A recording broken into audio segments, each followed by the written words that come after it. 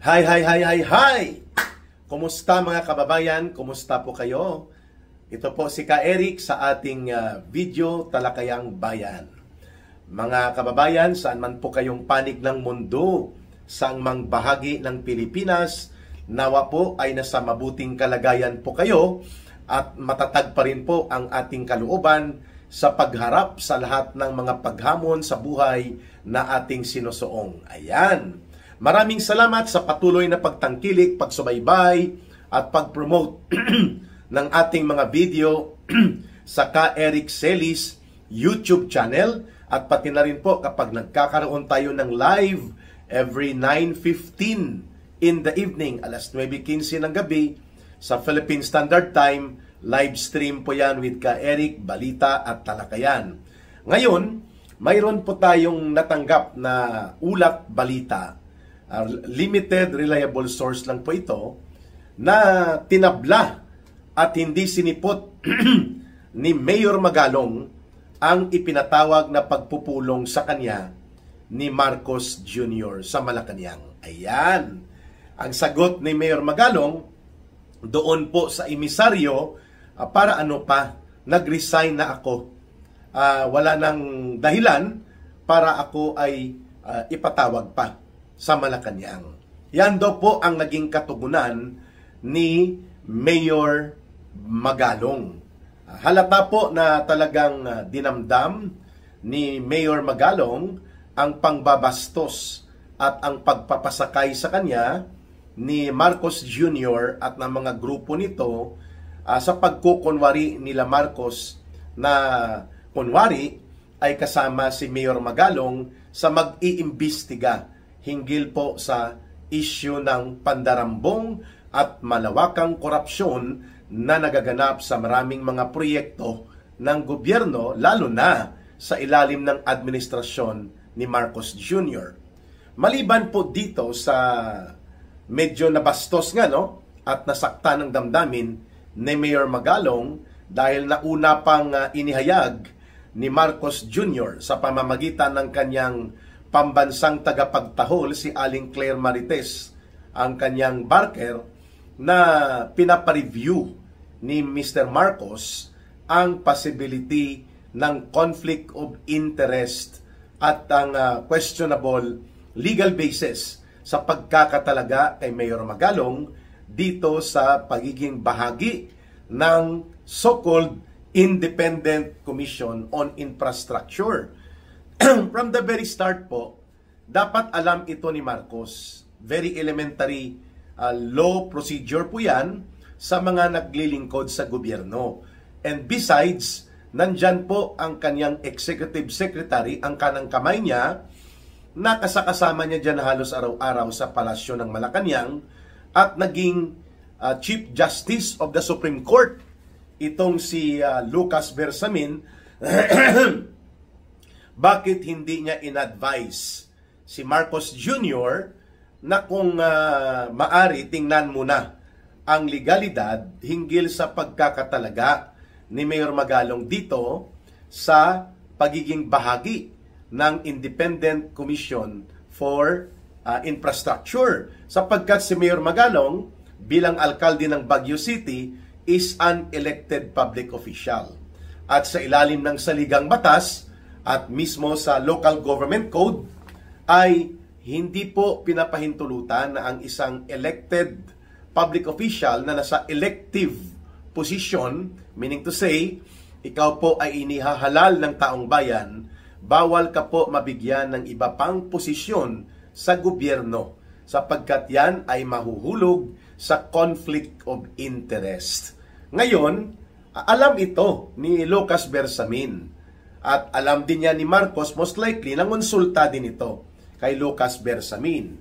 Pero, sabi niya, pasakayin na natin muna si Magalong at nang sa ganun, tumahimik.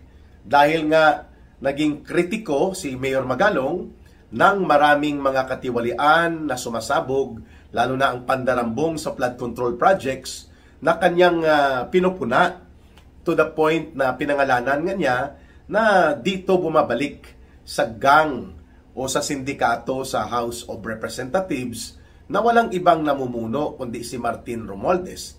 na siya din po ang co-chief architect ni Marcos kung bakit nangyayari at nangyari ang pandarambong.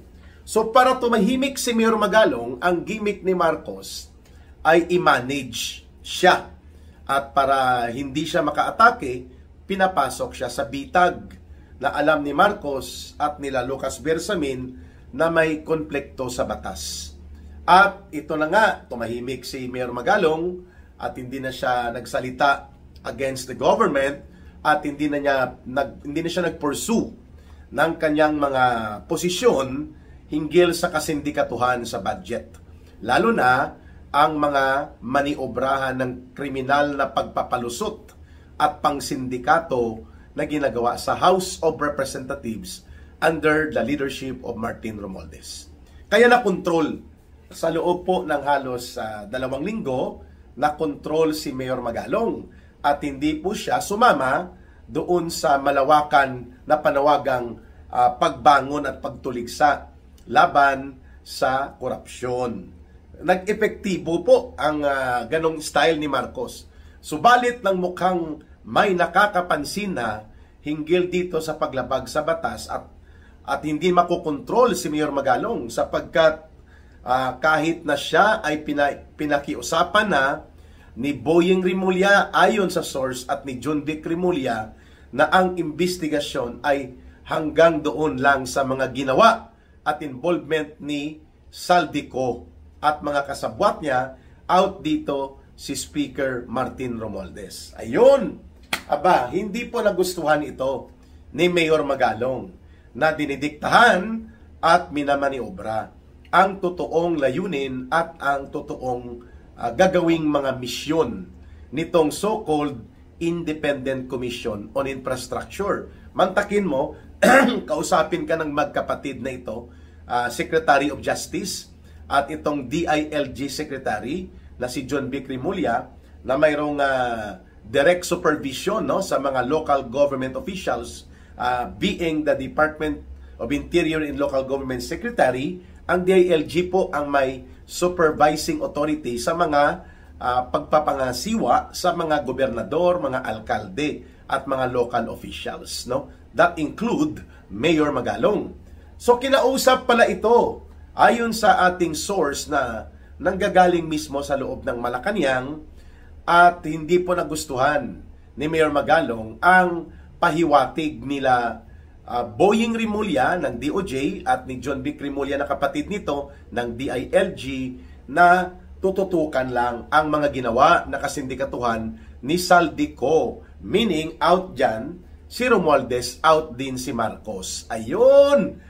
Kaya hindi nga tumagal at nag-imbestiga pa rin si Mayor Magalong at ito ay hindi na nagustuhan ni Marcos Jr.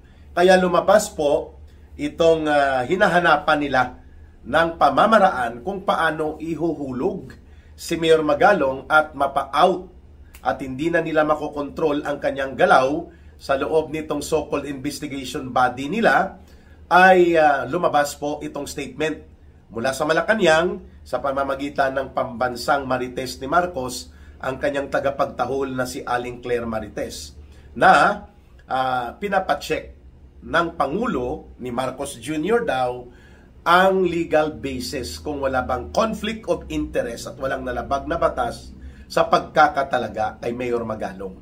In spite na siya ay aktibong elected official pa bilang Baguio City Mayor.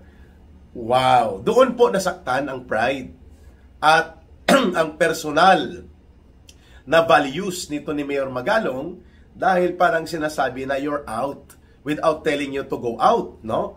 So, hindi direkta, subalit nabastos at nainsulto si Mayor Magalong. Kaya ito, inunahan niya ng pagpapaabot ng resignation letter sa Malacanang kay Marcos. At dahil dyan, mukhang naging kontrobersyal tuloy ang balak na pasimplihan lang na ilaglag at paalisin na si Mayor Magalong dito sa investigative body na ito. At kung kaya, to the rescue si Marcos again, akala niya bubulatikin niya si Magalong, pinatawag niya sa meeting sa palasyo sa Malacanang tinabla siya ni Mayor Magalong. Sabi ni Mayor Magalong, ano pa ang dahilan at ano pa ang aking gagawin dyan kung ako ay nag-resign na. Hindi siya sumipot, si Mayor Magalong, dito po sa patawag ni Marcos Jr. na pagpupulong. Tama nga talaga naman ang mga sinasabi ng nakakakilala kay Marcos Jr. na ito ang taong walang isang salita. Mambubudol, manipulator, at manloloko. Mambubudol, scheming, manloloko, deceiving. At ang isa pa, yung walang isang salita, sinungaling. Kaya yan mismo ang naranasan ni Manong Governor Chavit Singson. Yan din po ang naranasan ng maraming mga naging katuwang, tumulong sa kanya, even si Vice President Sara Duterte. Naranasan niya po direkta ang pagiging manloloko, mambubudol, at walang isang salita na pagkatao ni Marcos Jr. At direktang naranasan din po yan ni Mayor Magalong na binudol-budol nila. Ayan, ang problema nila ngayon, lumalaban at hindi tumahimik si Mayor Magalong. At kanyang isinisiwalat sa mga interviews at sa mga pagkakaroon niya ng public platform na talagang nakikita niya kung paano dinodoktor, dinadaya ang mga dokumento sa panahon na naglulunsad ng investigation, allegedly, itong tinatawag na investigative body ni Marcos. Kaya, hindi rin po katakataka na ganito rin po ang ginawa ni Marcos kina Itbulaga Tito Soto at kina Ping Lacson. Kung bakit ang investigasyon na sumasabog ay pilit kinokontrol ng kapag nandyan po si Boying Rimulya, nandyan po sila Boy Lovender, Erwin Tulfo, at pati po lalo na si Ping Lacson at si Tito Soto, pilit nilang inililihis, pilit nilang pinapapunta at nililimitahan papunta lamang kay Saldico at mga kasabwat nila ang mga sinasabi po na pagsambulat ng revelations na ito. Kaya nanggagalaiti si Boying Rimulya at ganoon din po si Itbulaga, Senador Tito Soto, at itong si Ping Lacson kung bakit nakalusot ang dating sundalo ng Philippine Marines sa Armed Forces of the Philippines na si Sergeant Gutesa na naging surprise witness na hindi nila na-control. So similarly, nagpapatotoo po ang ganitong pangingialam nila John Vic Rimulya, nila Boying Rimulya sa proseso ng investigasyon kasi yan din po ang umabot na impormasyon sa atin na pati si Mayor Magalong ay kinausap ni Boying Rimulya at ni John Vic Rimulya ayon sa ating source, at siya ay sinabihan na ang ating investigasyon dito ay nakapokus sa Sakay Saldico at sa kanyang mga galamay at mga naging kasabwat. Pero out dyan sa usapin na yan si Speaker Martin Romualdez sapagkat siya nga ang tumutulong na maimbestigahan si Saldico. Yan ang approach kay Mayor Magalong. Wow! So, alam na yun ay mga statement of scheming and maneuvering on the part ni Marcos na ipinababa at sa part ni Romualdez mismo na ibinaba kay Mayor Magalong. Hindi naman po bobo si Mayor Magalong para hindi niya maintindihan na hanggang kay Saldico ka lang. So doon pa lang po medyo barado na sa lalamunan ni Mayor Magalong itong mga ginawa na approach. Kung ito ay totoo, mukhang totoo ito. Let's wait for Mayor Magalong to reveal by himself kung ano po ang mga iba pang mga nakuha niyang katotohanan na hindi pala talaga tunay na may layunin na mabuti ang misyon ni Bongbong Marcos Jr. sa pagbubuo ng kunwa-kunwariang investigative body niya. When you do evil things and when you cover up it with seemingly appearing to be doing good, but the motive is to sustain ang ginawa mong karumal-dumal na mga krimen, hindi po tatagal. Hahanap ng pamamaraan na ito ay sisingaw. There is always a way for truth to come out. At ito na nga, to the rescue muli si Marcos, no? Sabi ko nga, hindi siya sinipot ni Mayor Magalong sa kanyang patawag na pagpupulong muli kay Mayor Magalong. Kasi all along, the objective of including Mayor Magalong in the so-called Special Investigative Body na binuo ni Marcos dahil napilitan na siya, dahil nag-issue siyang statement na kanyang aasikasuhin at seryoso niyang haharapin at paimbestigahan at papanagutin ang mga involved dito sa mga pandarambong, pangungulimbat at malawakang korupsyon sa flood control projects among other infrastructure projects na pilitan tuloy siya na isustain ang kanyang gimmick at style sa pagbubuo na lamang ng investigative body. At nakita niya ng isa sa may kredibilidad na pumupuna sa kanyang gobyerno at naglalantad ng criminal trails na ito ay si Mayor Magalong na pwede pong magkaroon ng traksyon ng public support. Kaya inunahan niya kanyang minaniobra nila ni Martin Romualdez, pinapasok nila sa kunwari ay investigative body. Pero from the start, alam niya yon. Sa kapagkat hindi yan gagawa si Marcos ng mga hakbang na hindi niya kinukonsulta dito sa asawa niya, na abogada din, na pakialamera pa, at dito kay Lolo Lucas Bersamin. Kaya niya kinuha yan dahil Supreme Court Chief Justice yan dati. And syempre si Manong Johnny Enrile, dahil sa edad niya, hindi na yata yan masyadong kinukonsulta pa ni Marcos Jr., no? It's an accommodation appointment, no? Para sabihin lang na inaccommodate niya si Manong Johnny Enrile. But nonetheless, alam ni Bongbong Marcos Jr. na hindi po pwede na mag-designate ka ng panibagong tungkulin at posisyon sa isang elective posisyon na opisyal, kagaya ni Mayor Magalong. Pero pinasakay niya. Kunwari, seryoso siya, inappoint niya bilang special advisor. Pero hindi nagpatigil si Mayor Magalong, sumasama talaga sa mga ginagawang mga public inspection at mga actual investigation, at marami siyang na-uncover.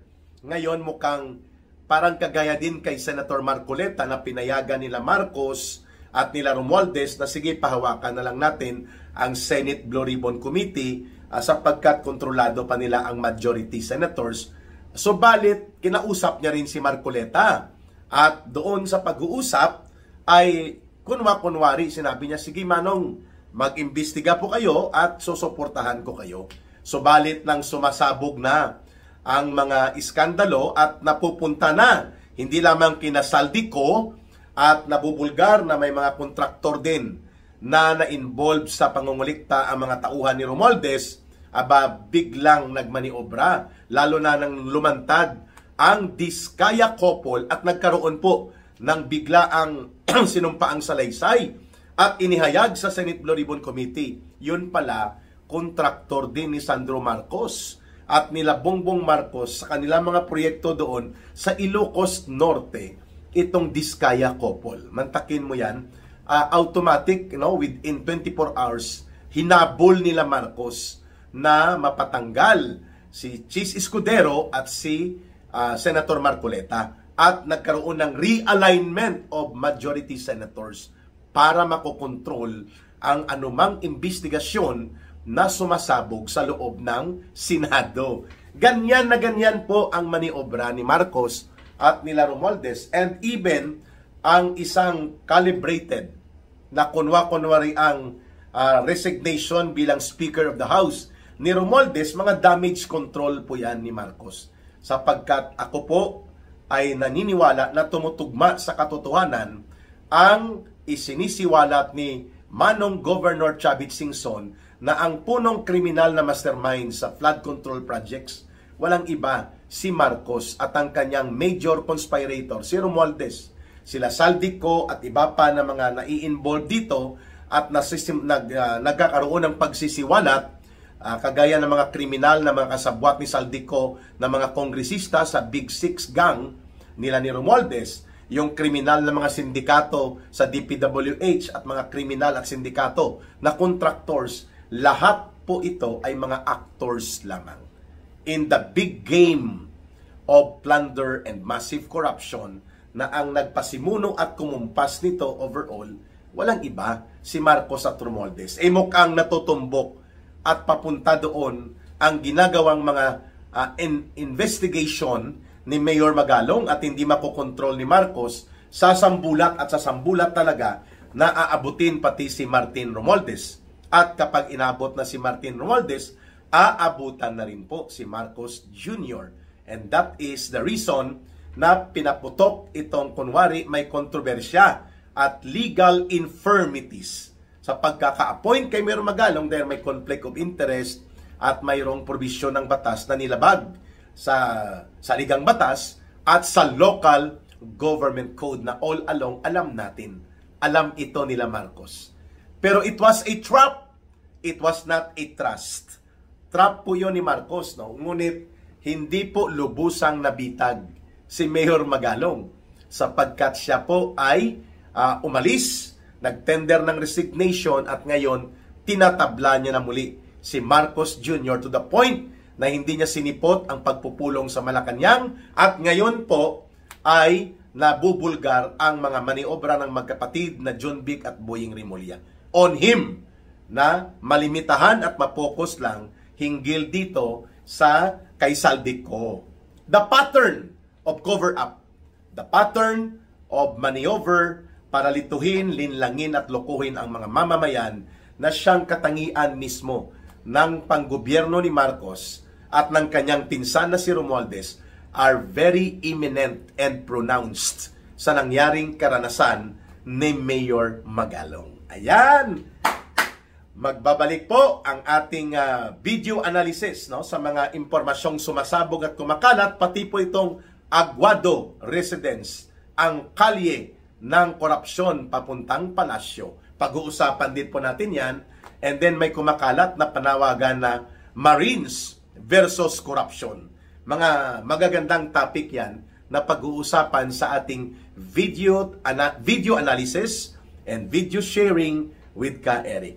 Sa lahat po ng gustong tumulong at magsuporta sa ating advocacy for Bangon Sambayanan, sa ating organizing, sa ating campaign, and sa ating mga future mobilization, please support our team, Bangon Sambayanan, sa pamamagitan po ng inyong voluntary support sa 0916-308-7710.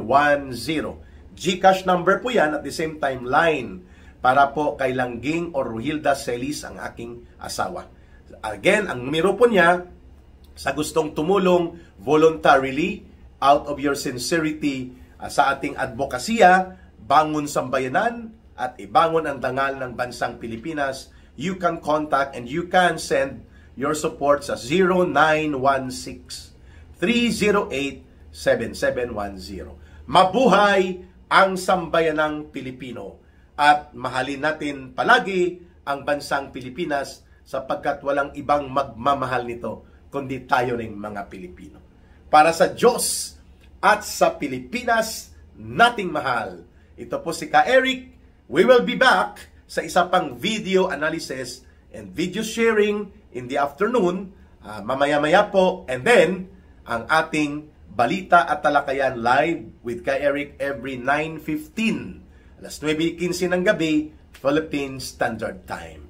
And mga kababayan, don't forget to share, like, promote, and campaign for our videos and for our channel na patuloy na lumalago, lumalakas, at lumalawak. Maraming salamat. Bye for now.